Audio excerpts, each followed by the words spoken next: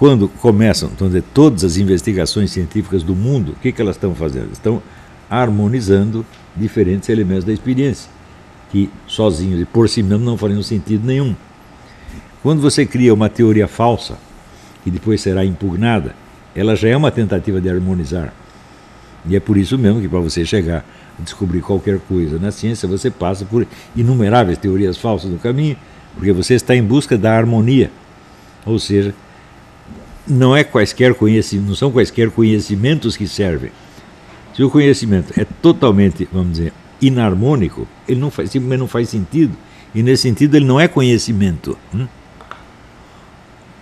É como se você é um detetive, está investigando um crime, e todos os dados que chegam para você, um não junta com o outro, e você não chega a conclusão nenhuma.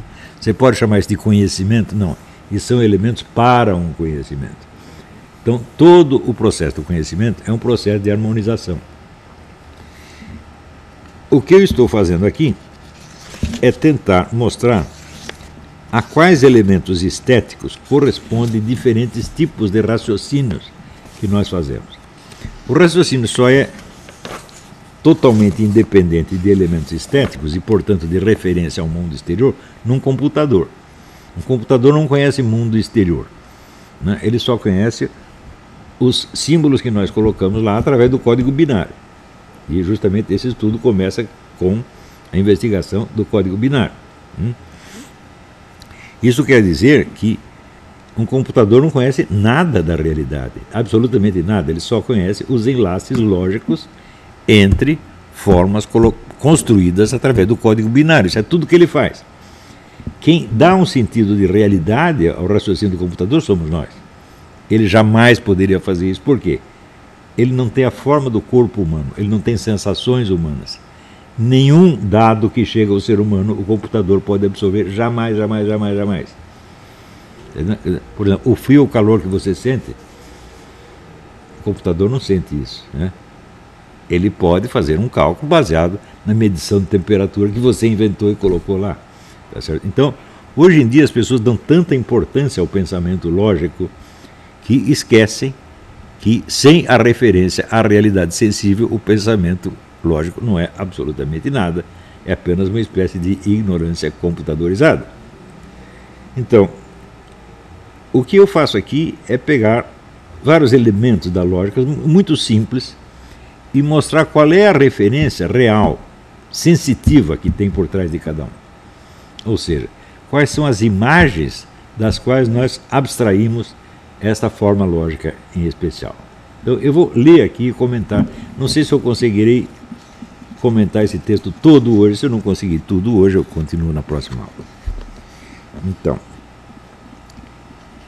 começo com uma citação do Alcorão, que diz: pelo róseo crepúsculo da manhã, pela noite e quanto envolve, e pela lua quando cheia, passareis de plano a plano.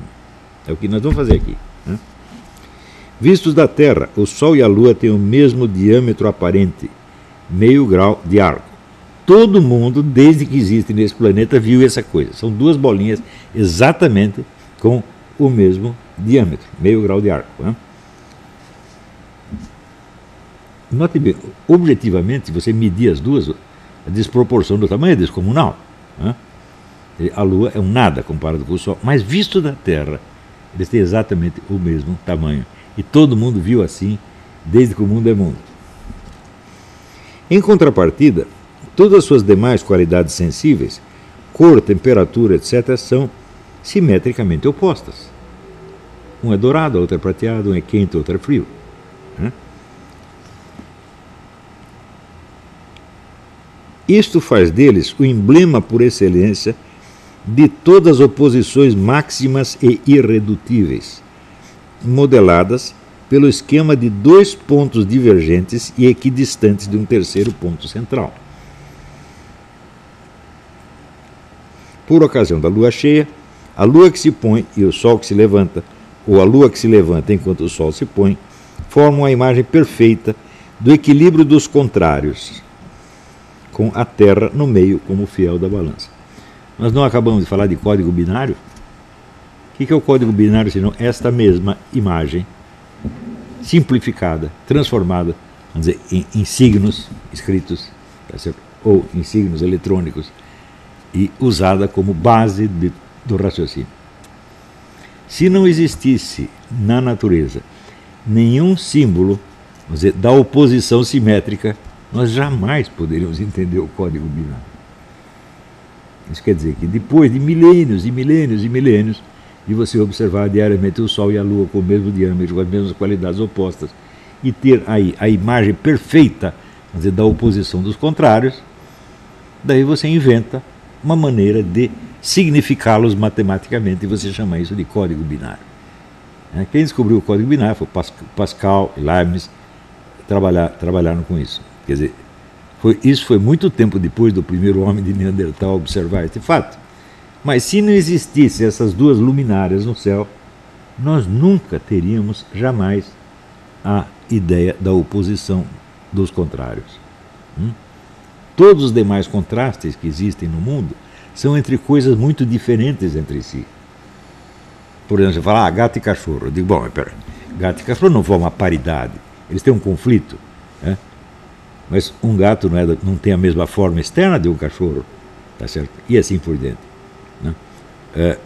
Vamos dizer, o seco e o molhado. Bom, é uma oposição. Mas o seco tem uma forma visível que você possa observar. O ar seco tem alguma forma visível, então não forma uma oposição tão enfática quanto esta. Por isso, esta oposição é básica para todos os seres humanos. Estão acompanhando isso? É uma imagem que nos ocorre espontaneamente quando queremos evocar a ideia do equilíbrio, a propósito, digamos, do ativo e do passivo, do masculino e do feminino. Veja, a oposição do masculino e do feminino. Bom, nós sabemos que eles pertencem à mesma espécie, mas eles são iguaizinhos, como o Sol e a Lua? Não são, eles diferem em tamanho, em um monte de coisa. Então, veja, entre o homem e a mulher, a ideia que os unifica, que é a de espécie humana, é uma ideia abstrata. Não é uma forma visível. Mas no caso do Sol e da Lua, não. Você está vendo dois círculos iguais. Está entendendo? Dois círculos do mesmo tamanho com qualidades opostas. Do masculino, do feminino, do claro e do escuro, de tudo quanto, enfim, a cultura chinesa resume sobre as noções do Yang e do Yin. Me mostre que um chinês seria capaz de ter o conceito do Yang e do Yin sem ele ter visto o Sol e Lua. Mas nunca.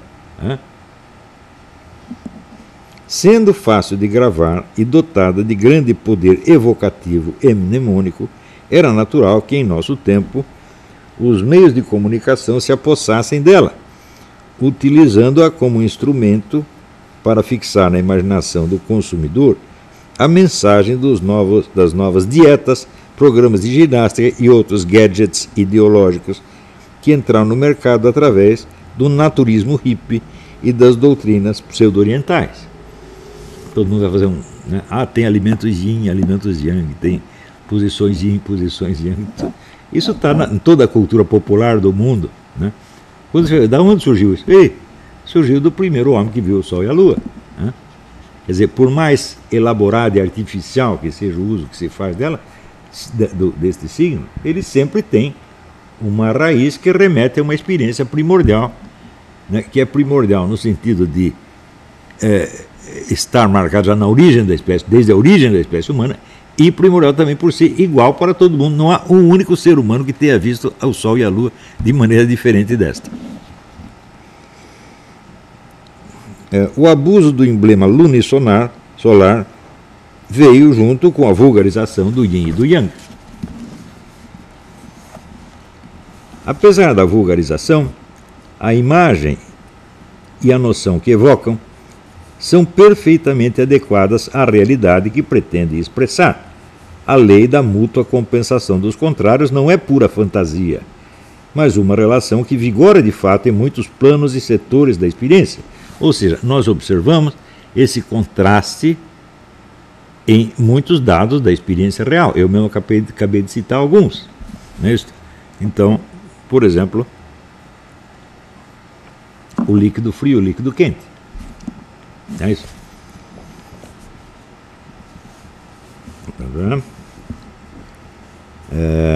muitos planos e setores da experiência e que, aliás, pode ser observada e abstraída da natureza, por exemplo, no caso dos vasos comunicantes. Vasos comunicantes, um sobe, outro desce, simetricamente, né? Então, o que é? É um contraste desse mesmo tipo, de elementos iguais colocados em posições contrárias, por assim dizer. No caso dos vasos comunicantes, ou do equilíbrio ácido-base.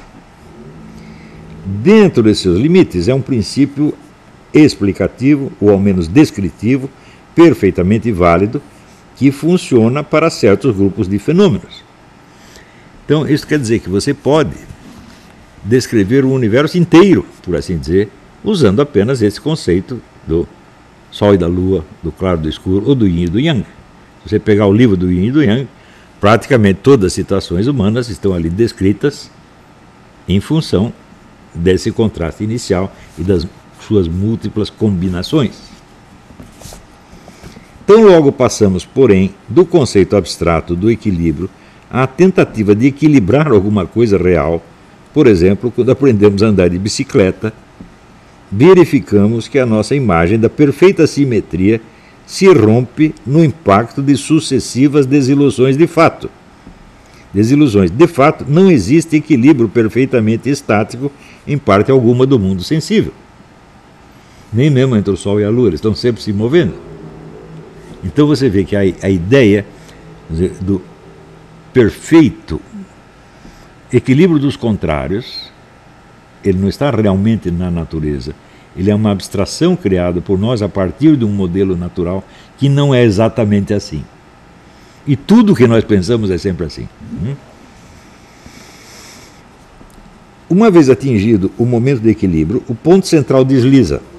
O conjunto escapa da síntese fugaz e cai. E voltamos à oscilação dos contrários, a ondulação variante que não forma figura fixa. Notamos assim que, na experiência vivida, na sucessão dos momentos reais, o ponto de equilíbrio não é propriamente um ponto, mas uma linha. E não é mesmo uma linha reta, mas sinuosa, que, gingando aos lados de um eixo meramente ideal, vai compensando as tensões de cá e de lá e compondo com o jogo de desequilíbrio das partes o padrão do equilíbrio instável do todo. Eu vejo, por exemplo, se o sujeito quiser, vamos dizer, como você pega no famoso estudo do Max Weber sobre o fim da economia romana, onde ele vai mostrando vários entrechoques entre as forças econômicas e as necessidades econômicas da sociedade. Em nenhum momento você vê um equilíbrio instável parado. Equilíbrio estável parado. Aquele equilíbrio, ou a busca do equilíbrio, está sempre em movimento e sempre falhando. Até que no fim não tem equilíbrio mais e o todo se esboroa e a economia romana vai para o buraco, né? Qualquer descrição, por exemplo, de qualquer análise em ciência política, você sempre tem que levar isso em conta. Você pode, por exemplo, dar nomes opostos a forças opostas. Mas essas forças nunca estão em oposição simétrica e estática. Elas estão o tempo todo se movendo e uma se transforma na outra, uma se contamina com a outra, uma é alterada pela outra e assim por diante. Então você vê que o simples raciocínio de oposição estática, que é o do código binário, não serve para tudo. Você precisa de um raciocínio um pouco mais complexo para descrever situações mais próximas da vida real. Tá dando para entender isso aqui? Espero que a Mariana Pineda esteja entendendo tudo. Eu vou dizer para vocês, esse assunto aqui nunca foi estudado. É a primeira vez no mundo que alguém está mexendo com isso assim mais sistematicamente. Claro que essas coisas são aludidas aqui ou ali. Eu não sou o primeiro que sabe disso, é claro que não. Não sou o primeiro que percebe essas coisas. Mas acho que eu sou o primeiro que está dando um tratamento mais sistemático para isso. Gostaria de saber aqui a opinião dos eminentes filósofos Santos Cruz e Ciro Gomes, né? Já que eles entendem tanto do assunto, eles são capazes de julgar quem é filósofo e quem não é. Queria saber que você examinar esse probleminha aqui e resolver para mim. Então, notamos assim que na experiência vivida, na sucessão dos momentos reais, o ponto de equilíbrio não é propriamente um ponto, mas uma linha, e nem é uma linha reta, mas sinuosa, Na homeopatia, raciocina-se com frequência assim. Um sintoma aparentemente alarmante, febre, sangramento, supurações, manifesta, por certo, um desequilíbrio, mas o clínico poderá abster-se de medicá-lo se julgar que esse desequilíbrio parcial de uma das funções contribuirá para restaurar o equilíbrio do organismo total. Por exemplo, quando você faz ginástica, você sente certamente um desconforto muscular, né? Isso é evidentemente um desequilíbrio daquele órgão do seu braço, a perna, etc, etc. Mas isso não está contribuindo para o equilíbrio total? Está.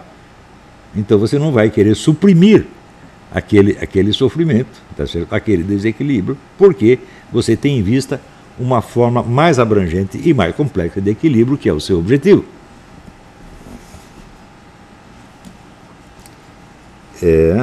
Inversamente, pode-se também receitar um medicamento que rompa um estado de equilíbrio superficial para induzir desde o fundo das raízes orgânicas a formação ascensional de um novo e mais duradouro estado de equilíbrio. Se o sujeito tem uma doença crônica, isto é ou não é um estado de desequilíbrio? É. Aquilo está sempre parado. Então o que o médico faz? Ele rompe aquele estado para gerar desde o fundo do organismo um estado mais completo e mais satisfatório de equilíbrio. Convenhamos que esse raciocínio é bem mais sutil e complexo do que o anterior. Ele permite ir mais fundo na compreensão dos fenômenos. Por exemplo, os nossos naturalistas pseudo-orientais, se os nossos naturalistas pseudo-orientais estudassem um pouco do método hahnemanniano, Hahnemann, criador da homeopatia, acabariam constatando, antes tarde do que nunca, que não existem alimentos que por si sejam yin ou yang.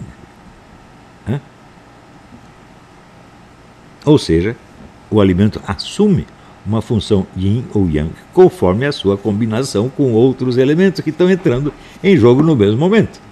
Então, o que era yang aqui pode ser yin ali e vice-versa.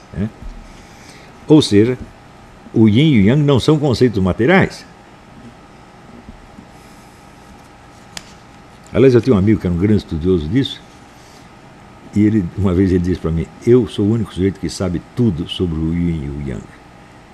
Daí eu disse para ele: então me conta. Ele disse: tudo é yang. Podem pensar nisso até a próxima aula, Denise, tá? Mas sim apenas elementos que, num estado de coisa, assumem provisoriamente para determinado organismo os papéis das forças de yin ou yang. Papéis que podem ainda se inverter com a evolução posterior do quadro. Quer dizer, o número de modificações disso aqui é ilimitado. Aliás, a tradição chinesa é categórica ao afirmar que o dualismo yin e yang é um extremo limite do cosmos. Preste bem atenção. Isso quer dizer que yin e yang só existe quando você toma em consideração a totalidade do universo existente e por existir. Não há coisas yin ou yang. Então, yin e yang são qualidades universais das quais os entes participam parcialmente.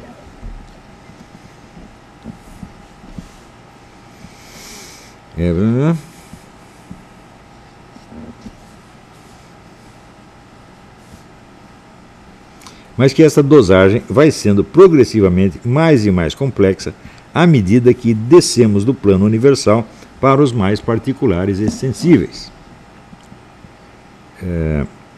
Desse modo, para avaliar se um ente qualquer, digamos um nabo, é yin ou yang, seria preciso ponderar uma quantidade praticamente indefinida de variáveis, entre as quais, obviamente, o momento e o lugar. Então não dá para dizer nabo é yin ou nabo é yang. Ele será uma coisa ou outra conforme a sua posição dentro de uma situação enormemente complexa. Tais finuras jamais escaparam aos chineses. É somente a tola grosseria da nossa cultura de massas que imagina poder espremer conceitos cosmológicos em tabelinhas dietéticas, mediante correspondências rasas, lineares e, no fim das contas, inteiramente fictícias. Mas, voltando, você imagina você pegar um nabo e querer descrevê-lo com conceitos feitos para o universo inteiro. Não dá para fazer isso, mas a pessoa vive fazendo, Mas claro que tudo, com isso você transforma Yin e Yang em meras figuras de linguagem. Figuras de linguagem que passam a dizer não alguma coisa de real, mas apenas algo que você quer expressar, uma impressão que você tem. Mas, voltando ao parágrafo anterior, você veja a confusão cognitiva que existe por baixo de qualquer raciocínio lógico que você faça. Qualquer um. As pessoas acham assim, não, a lógica provou, está provado. Mas isso não existe. Na verdade, se você pegar todo o universo da ciência, ciência física, química, geológica, etc., nunca nada foi provado dessa maneira como as pessoas imaginam. Tudo depende de uma infinidade de fatores. Por exemplo, se você pega, é um exemplo que eu já dei nesse curso, medições exatíssimas de qualquer fenômeno, e você faz as contas e diz, olha, esse fenômeno é assim, já, pum, acabou. Eu digo, como você fez as medições? Você não teve que usar uma máquina? E como você aprendeu a lidar com a máquina? Você simplesmente leu o manual de instruções da máquina e já saiu automaticamente sabendo lidar com a máquina? Não, alguém teve que te explicar. E nas explicações que esse sujeito foi dando, era tudo verbalizado. Ou tinha gestos que ele fazia e você observava. Então tem uma parte imensa de ensinamento não verbal que você teve que absorver para poder lidar com a máquina.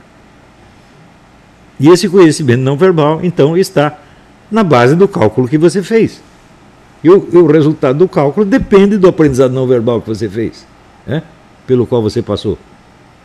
Então é o seguinte, quando nós falamos de exatidão na ciência, a exatidão é sempre relativa. Sempre, sempre, sempre relativa.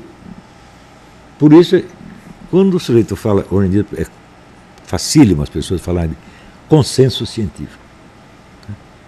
Ora, consenso científico só existe quando acabou a discussão. Que já é uma coisa que ninguém consegue inventar uma objeção nova. Então, a objeção pode existir, mas ninguém conseguiu pensar nenhuma, então não tem objeção. Sabe quando isso acontece? Nunca. Nunca. Por exemplo, um dos maiores físicos americanos, que se chamava Eugene Ives, ele escreveu trabalhos de um valor extraordinário, mostrando que quem estava certo era o velho Newton, e que a física do Newton, que o Einstein havia transformado numa física limitada a um pedacinho da realidade, continuava sendo a física universal. Alguém desmentiu Ives? Não.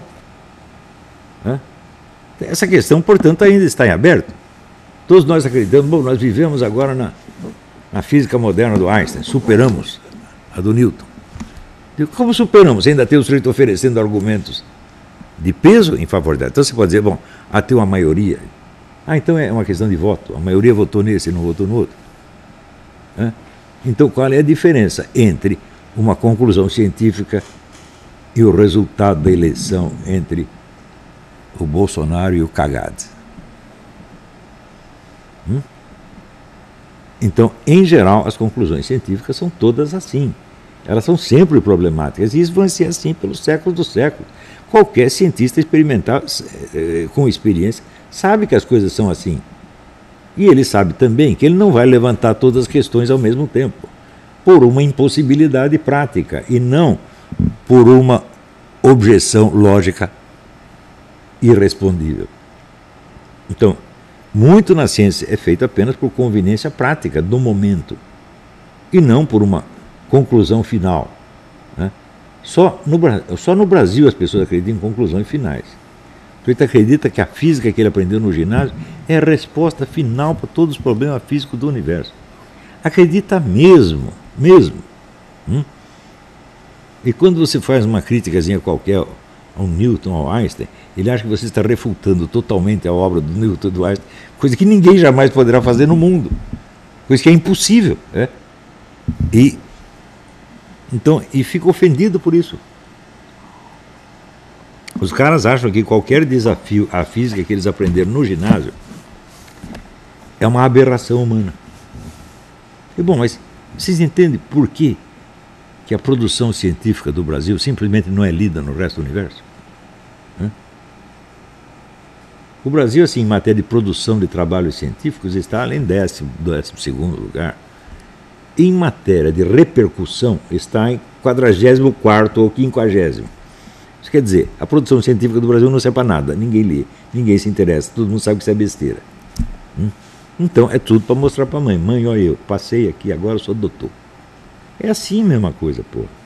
Então, por exemplo, discussão filosófica, científica no Brasil não existe. Simplesmente não existe. É tudo só fingimento, só teatro. Agora, nós sabemos o quanto o destino de um país hoje depende da ciência, da tecnologia, etc, etc. E está na mão desses idiotas. Pega lá os caras da Ampof. Um bando de cretino, meu Deus do céu. Não estou brincando. Você acha que eu estou gostando de falar isso? É? Mostrar que eu sou mais inteligente que eles? É? Você acha que é isso? Não, isso é uma tragédia monstruosa, meu Deus do céu. Bom, vamos continuar. Mas, voltando ao parágrafo anterior, qual a diferença entre os dois raciocínios que acabamos de descrever? No primeiro, os dois termos eram opostos estaticamente pela equidistância a um centro. Mas, se passamos da ideia do equilíbrio estático à de equilíbrio dinâmico, isto é, do conceito abstrato à experiência concreta, e assim verificamos que o equilíbrio não é feito somente de simetria e equidistância, mas também de interação, de conflito e de reciprocidade entre os dois polos, então estes já não são opostos e sim complementares. Então nós passamos da oposição completa à complementaridade entre os dois opostos, sendo que um participa do outro, o outro participa do um. Se você pegar esse segundo raciocínio aqui, se você pegar todinha a ideologia de gênero, é baseada nisto, nessa complementaridade. E se você insiste na complementaridade, só nela, sem passar para as etapas seguintes que eu vou explicar aqui, você acaba apagando todas as diferenças, vamos dizer, objetivas, estáticas, o que é impossível também.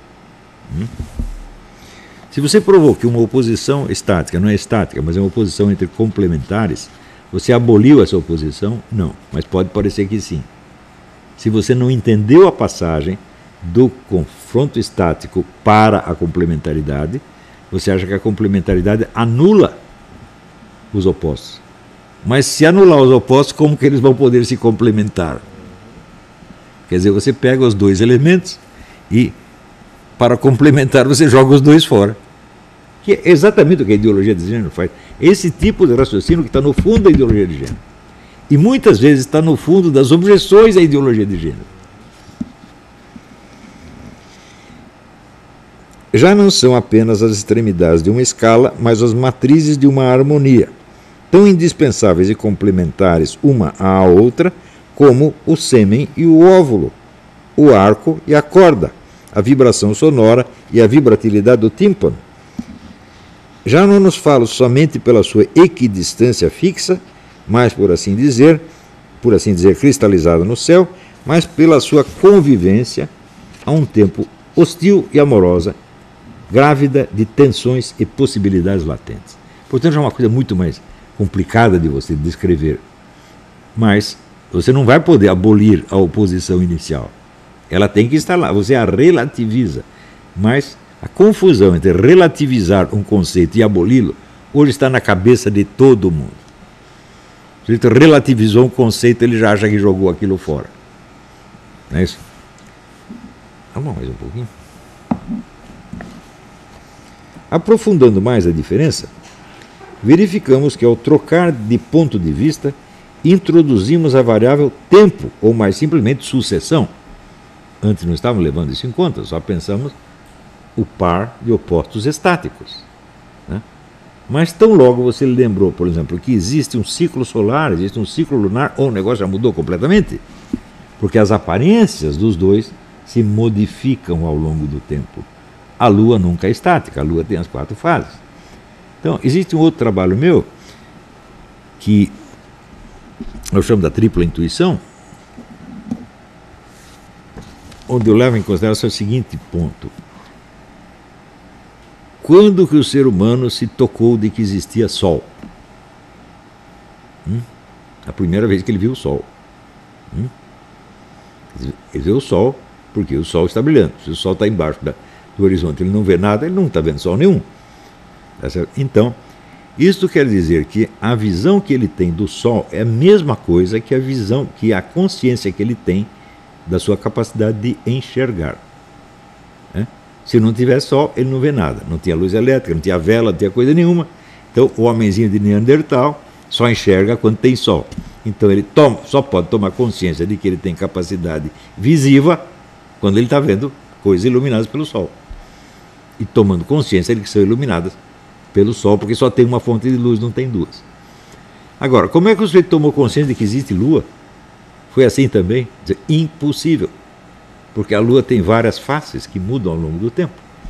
Ora, é um negócio virado para cá, ora um ligado para lá, ora é um tudo escuro e ora é um disco.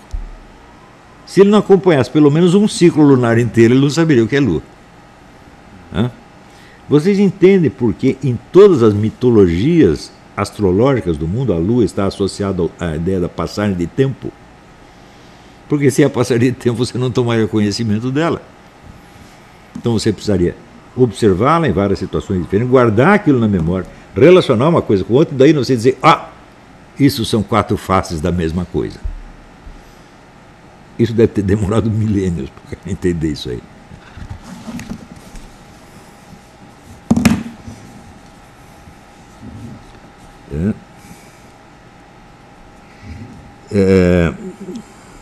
Grosso modo, podemos dizer que o primeiro raciocínio da diferença estática é um raciocínio lógico-analítico. É o raciocínio que o computador faz. Ou de identidade e diferença. Raciocínio de identidade e diferença. E que o segundo é o raciocínio dialético, no sentido hegeliano e não aristotélico do termo. Depois explica a diferença.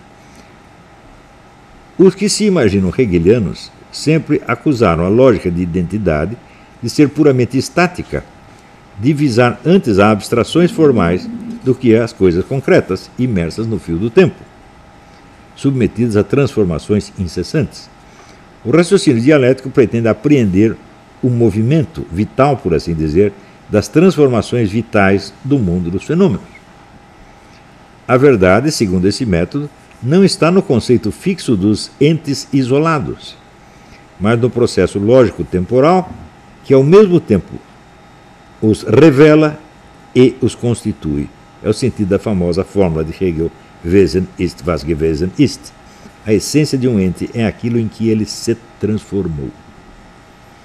Ou seja, a essência de um ser não é a forma externa que ele nos mostra no momento, mas o resultado do fluxo total das suas transformações. Essa é a mesma coisa, por isso ele usa o exemplo. Se eu pergunto o que é uma árvore, eu não contento se alguém me mostra uma semente. Do que é esta semente? Você saberá o que a semente é quando ela tiver crescido e formado a árvore. Esta semente é uma nogueira, essa semente é um carvalho, essa semente é um abacateiro e assim por diante. Então, saber o que uma coisa é não é contemplar uma essência estática, mas observar um processo inteiro de transformações e chegar ao seu resultado final. Já é um raciocínio muito mais complexo. Porém, dá para você fazer esse segundo raciocínio se você abolir a distinção inicial, a distinção estática inicial? Não dá. Então você tem que usar, vamos dizer, a lógica de identidade, a humilde lógica formal, para você poder acrescentar alguma coisa em cima dela, e fazer, vamos dizer, um raciocínio dialético hegeliano. Estou chamando de dialético hegeliano porque Hegel considera a dialética superior à mera lógica formal.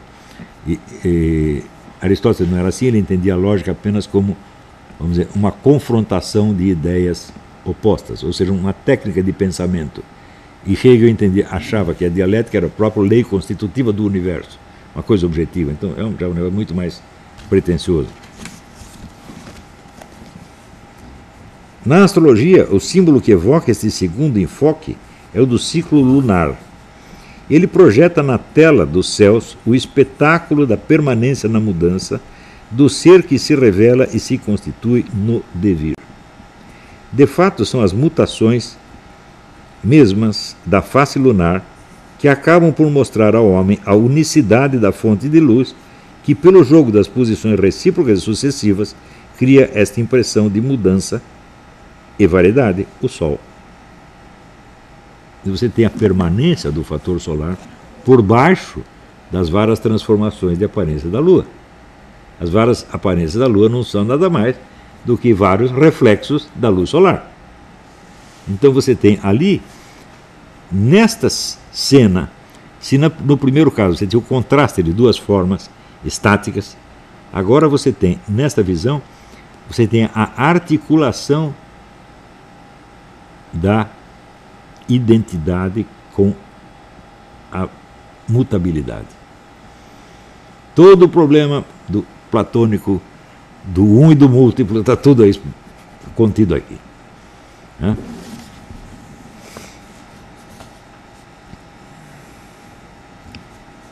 De fato, são as mutações mesmas da face lunar que acabam por mostrar ao homem a unicidade da fonte de luz e, pelo jogo das posições recíprocas sucessivas, cria-se a impressão de mudança e variedade, o Sol. Ora, o Sol não pode ser olhado diretamente. Na fórmula preciosa de Chesterton, a única coisa criada à luz da qual olhamos todas as coisas é a única que não podemos olhar. Então, nós não podemos olhar a luz, nós olhamos as coisas à luz da luz.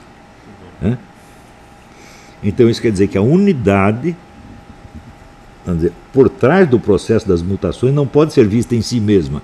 Ela é vista através do processo das mutações. Se você pensar bem, por exemplo, todo o método histórico vai baseado nisso aqui.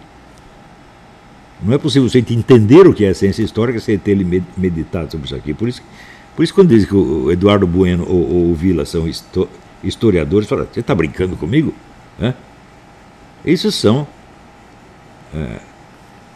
coletores de recorte de jornal. É isso que os caras fazem. Dois imbecis completos. Não tem a menor ideia do que são os problemas metodológicos, filosóficos que tem na ciência histórica. Nada. É um negócio absolutamente primário. Não tem por que tem raiva de mim? Tem que ter mesmo. O Sol é, assim, uma invisível luminosidade. A Lua, por seu lado, pode ser vista com o seu claro perfil recortado no céu, mas, para compensar, esse perfil não é constante. Assim, cada uma das luminárias aparentes tem algo de esquivo, para não dizer de equívoco. Um foge ao olhar direto por seu brilho insuportável, a outra por sua forma cambiante. Foge à representação estática que preludia na esfera do imaginário o que no plano do raciocínio seria a cristalização conceitual. Ora, a mutação da aparência lunar atravessa nitidamente três fases, ou faces. A quarta face, a lua nova, é invisível. Na primeira, a lua parece crescer como fonte de luz progressivamente independente. Aí atinge uma plenitude. Aparece no céu a equivalência plena dos dois círculos luminosos que nós vimos no começo aqui do estudo. A lua cheia e o sol. O meio grau de arco. Se a mutação se detivesse nesse ponto, diríamos que há duas fontes de luz no céu. Mas o momento da plenitude já anuncia o declínio. Já contém o germe da sua supressão e vem a minguante. E, enfim, a lua desaparece. O sol, que durante todo esse tempo permaneceu constante sob a sua capa luminosa, revelou-se e, para o intelecto observador, constituiu-se como fonte única real de luz, expressa e desdobrada temporalmente pelo compasso ternário da superfície refletante à Lua. Você vê que toda a nossa noção de lei científica é a observação de um nexo constante por trás de uma mutabilidade qualquer. Como que o ser humano poderia ter desenvolvido esta ideia sem observar as relações entre o Sol e a Lua? Ele não teria um modelo físico compor essa ideia. Hoje é muito simples, todos nós entendemos. Você tem uma variedade de fenômenos, mas por trás dela você tem uma lei constante. Por exemplo, a lei da gravidade ou qualquer outra coisa. Né? Como é que nós chegamos a isto? Né? Você vê que isto é tão difícil que no começo os filósofos ou negavam a existência da mutabilidade, como Parmênides, tudo que é mutável é falso. Só o que é estático e permanente é real. Ou fazia o contrário, não há nada permanente, tudo está sempre mudando, como fazia Heráclito. Você acha que Heráclito e Parmênides eram dois idiotas? Você acha que eles não fizeram força para chegar a essa conclusão? Fizeram, e eram dois gênios. E eles não chegaram a esse ponto. Dizem, olha, peraí. O que nós estamos buscando é um treco chamado lei científica. E lei científica é uma fórmula permanente por baixo de um padrão de mutabilidade. Isso custou um esforço para o ser humano. E esse esforço não seria possível se não houvesse esta base material e visível para ajudar a nossa mente. Eis porque eu acho que a coisa mais absurda da filosofia e da ciência dos últimos séculos é tentar buscar toda a chave do conhecimento no cérebro humano. Como? Se você tirar o cérebro humano deste quadro espaço-temporal que tem Sol, Lua, Terra, ele não faz nada. Então isso significa que as formas todas do nosso pensamento e do nosso conhecimento estão todas dadas na natureza externa e elas se impregnam em nós pela experiência. Nós vemos o Sol, nós vemos a Lua, nós vemos o horizonte, nós sentimos a passagem do tempo. E isto vai estruturando a nossa mente. Não está nada no nosso cérebro. O cérebro só serve para ele registrar essas coisas e guardar um pouquinho delas, que a maior parte a gente percebe e some. Então, quer dizer, o cara pensa, agora que vamos fazer aqui a ciência cognitiva e vamos, pelo exame do cérebro, vamos descobrir todo o processo cognitivo. Ele está doido. Pega um cérebro e coloca no espaço, sem todo o universo físico em torno. Para que ele serve? Ele é até inconcebível, porque afinal de contas ele não passa de mais um pedaço do universo físico. Então, as formas essenciais do conhecimento, da lógica, do pensamento, da estética, etc., todas estão dadas no universo em torno e se impregnam em nós. Desde o nascimento, ou até antes do nascimento, existem estudos sobre isso. Tá certo? Então, se queremos entender o nosso processo cognitivo, não é para nós que nós temos que olhar. É para o universo que é nosso professor e nosso guia. Em tudo. Vamos lá. Então, você vê, outro dia eu andei falando mal do Augusto Comte por causa da invenção da ditadura tecnocrática, mas você conta uma doutrina de um filósofo, não quer dizer que você joga fora toda a obra dele. E ele tinha, isso que eu estou dizendo, ele entendia perfeitamente sobre o interior e o exterior. E ele tinha a regra, régler le dedans par le dehors, regrar o interno pelo externo. O que é o externo? É o universo. O universo é o nosso professor, o universo é o nosso guia, não é o nosso cérebro. Vamos lá. Na simbólica espiritual, o Sol representa a intelecção, a verdade, e a Lua a mente, o pensamento. Outro dia, uma vez os caras me perguntaram, o que é o espiritual? Eu digo, o espiritual é aquilo que só se revela a nós pelo pensamento, mas que transcende o pensamento. Não é só pensamento, é alguma coisa para trás. O que eu falei agora há pouco sobre a lógica pura é isso. Quer dizer, a lógica pura são relações que não dependem do nosso pensamento, mas às quais nós só chegamos pelo pensamento. 2 mais 2 é 4, não depende que eu pense isso, mas eu só posso chegar a isso através do pensamento. Então, essa é a diferença, a mente e a intelecção. Pensamento e intelecção. Ou intuição, se quiser. A pessoa usa a palavra intuição em outro sentido, por isso que eu prefiro intelecção. Isso aqui está muito bem, maravilhosamente explicado. Essas duas linhas aqui, se eu fosse explicar elas, eu ia dar o livro do Bernard Lonergan, Insight. Ele é um livro feito para explicar por que nós entendemos alguma coisa.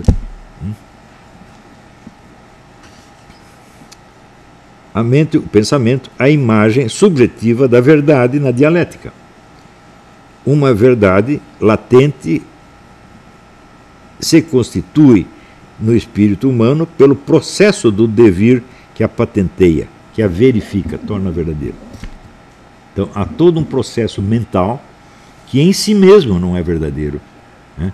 Mas que indica a verdade que o constitui, a verdade que está por baixo de tudo que o constitui. Então, é a Lua mostrando a origem da sua luz. É a Lua, através das suas mutações, mostrando a origem da sua luz, que não é ela mesma, e sim o Sol. Estão entendendo?